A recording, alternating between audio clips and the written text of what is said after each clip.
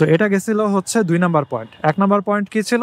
আপনি খুলে চেক করতে পারেন, যেটা নরমালি সচরাচর করা হয় না। আর 2 নাম্বার পয়েন্ট হচ্ছে না খুলেও আপনি কিন্তু বুঝতে পারবেন যে স্পার্ক প্লাগে এটা সমস্যা হতে পারে যদি আইডলিংটা উল্টাপাল্টা হয়। একদম নতুন এক্স ব্লেড, একদম নতুন স্পার্ক প্লাগ, ওইটা স্টার্ট দিতে এত মজা ভাই। আপনি জাস্ট টিপ দিবেন, থাম করে স্টার্ট হয়ে গেছে।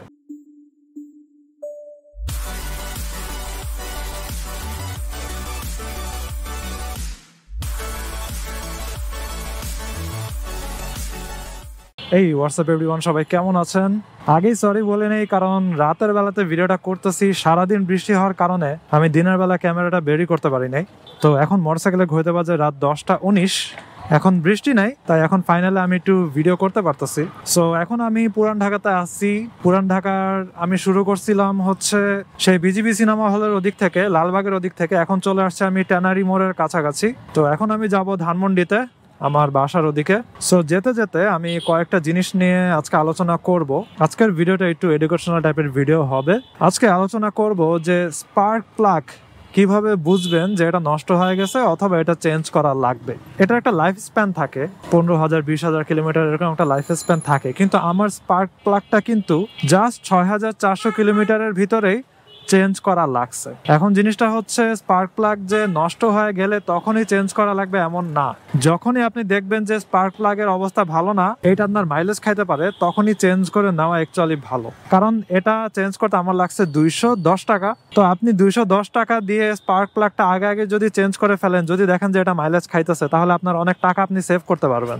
সো আমি চাইলে স্পার্ক প্লাগটা রেখে দিতে পারতাম যে আচ্ছা এভাবে চলতেছে চলুক, তাহলে কিন্তু আমি চাইলে 10,000 15,000 কিলোমিটার পর্যন্ত চালাই ফেলতে পারতাম, কোনো প্যারা হইতো না। কিন্তু জিনিসটা হচ্ছে আমার তেল খাইতো অনেক। তো ফার্স্ট টাইমে আলোচনা করব যে কি দেখে বুঝবেন যে স্পার্ক প্লাগের সমস্যা হয়েছে। এখন আমরা তো সবাই স্পার্ক প্লাগ খুলতে পারি না, অথবা নর্মালি খুলে চেক করা হয়ও না। সার্ভিস সেন্টারে গেলে খুলে চেক করা হয় হচ্ছে আপনি যদি ফুল সার্ভিসটা করান, তখন তারা নিজেরাই হচ্ছে খুলে চেক করে। না হলে আপনার তাদেরকে বলা লাগে যে ভাই খুলে দেখেন তো ঠিক আছে নাকি না আছে। সো নর্মালি আমি সার্ভিস সেন্টারে গেলে দুইটা জিনিস চেক করতে বলি নর্মালি, যদি খোলা হয় স্পার্ক প্লাগ আর একটা হচ্ছে এয়ার ফিল্টার।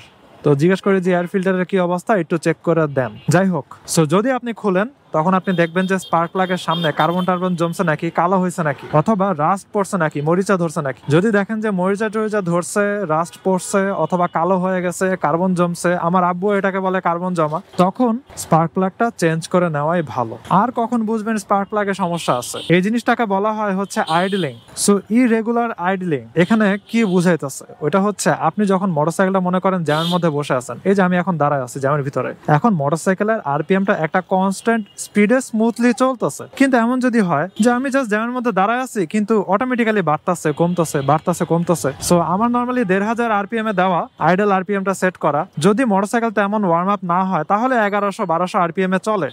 কিন্তু মনে করেন কিছু দূর আমি চালাইছি, চালানোর পরে আমি যদি দাঁড়াই কোথাও, ওইখানে ঠিকই 1,500 আরপিএম এই ঘুরবে। কিন্তু যদি হঠাৎ করে এমন হয় যে 2,000 উঠে গেছে, আবার হচ্ছে 1,000 নেমে আসছে, এরকম খালি আপ ডাউন করতেছে, তাহলে আপনি বুঝবেন যে স্পার্ক প্লাগ ঠিক মতো এনার্জি দিতে পারতেছে না, ঠিক মতো ফুয়েল আর এয়ারের রেশিও ওইটার স্পার্ক মেনটেন করতে পারতেছে না। সো ওই সময় আপনার স্পার্ক প্লাগ চেক করা খুবই ইম্পর্টেন্ট। তো এটা গেছিল হচ্ছে 2 নাম্বার পয়েন্ট। 1 নাম্বার পয়েন্ট কি ছিল?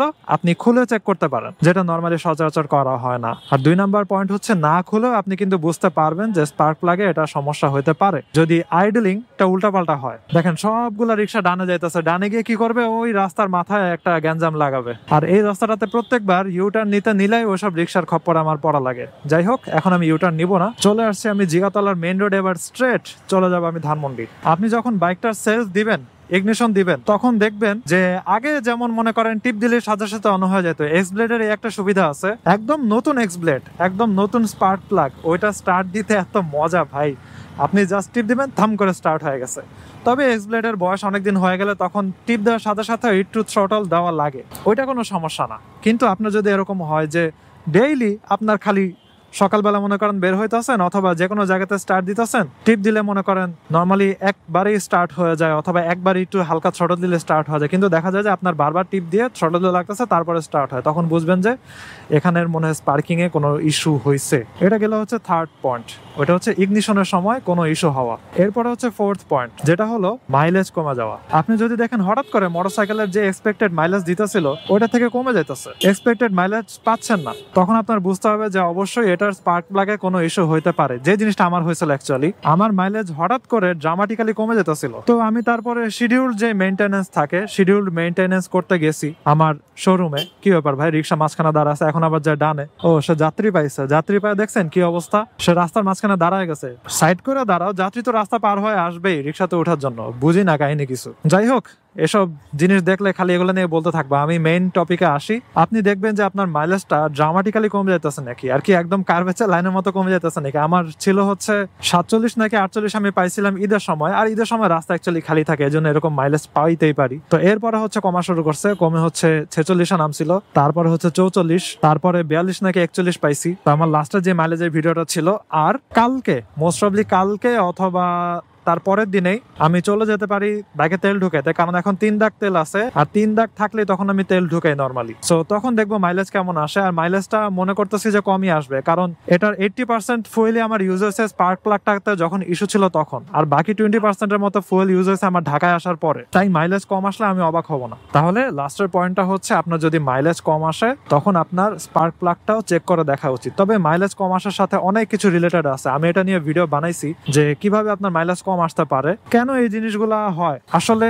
এই যে বর্ষাকালে মনে করেন আপনি কাদার ভিতরে প্রচুর চালাইতেছেন, কিন্তু বাইক ঠিক মতো ওয়াশ করতেছেন না, কিছু না, তো স্পার্ক প্লাগে যে জায়গাতে হচ্ছে এটা লাগানো আছে ওইখানে কিন্তু কাদা টাদা জমতে পারে, ময়লা জমে স্পার্ক প্লাগে ইস্যু হতে পারে। তারপরে স্পার্ক প্লাগের বয়স বাড়লেও হচ্ছে নর্মালি কার্বন টার্বন জমে। এছাড়াও মনে করেন আপনার ফুয়েল টুয়েল ভালো না, ঠিক আছে, ফুয়েলে মনে করেন তেলের সাথে ওই তেলওয়ালারা পানি মিশায়, ঠিক আছে, তাহলে কি হবে, আপনার মোটরসাইকেলের কি ইউজ করার কথা ছিল, ফুয়েল আর এয়ারের একটা রেশিও, আপনার মোটরসাইকেল তখন কি ইউজ করবে, ফুয়েল আর পানির রেশিও, ঠিক আছে, তাহলে তো মোটরসাইকেল ইস্যু হবে, শুধুমাত্র স্পার্ক প্লাগ না, আপনার ভিতরে যে পিস্টন মিস্টন আছে সবগুলোর ভিতরে ইস্যু চলে আসবে। যাই হোক, আমি চলে আসছি আমার গন্তব্যস্থলে, আমার বাসার কাছাকাছি চলে আসছি। আজকে ভিডিওটা এখানেই শেষ করি। I hope you guys like this video, and if you are watching me for the first time you can kindly subscribe. আর যদি কোনো কোশ্চেন থাকে অথবা এডিশনাল কোনো পরামর্শ থাকে, আপনার লাইফের কোনো এক্সপিরিয়েন্স যদি থাকে এটা নিয়ে, তাহলে কমেন্ট করতে পারেন। তো see you in the next one. সবাই ভালো থাকেন, সাবধানে রাইড করেন, মোটরসাইকেলের মেইনটেনেন্স করেন। টাটা।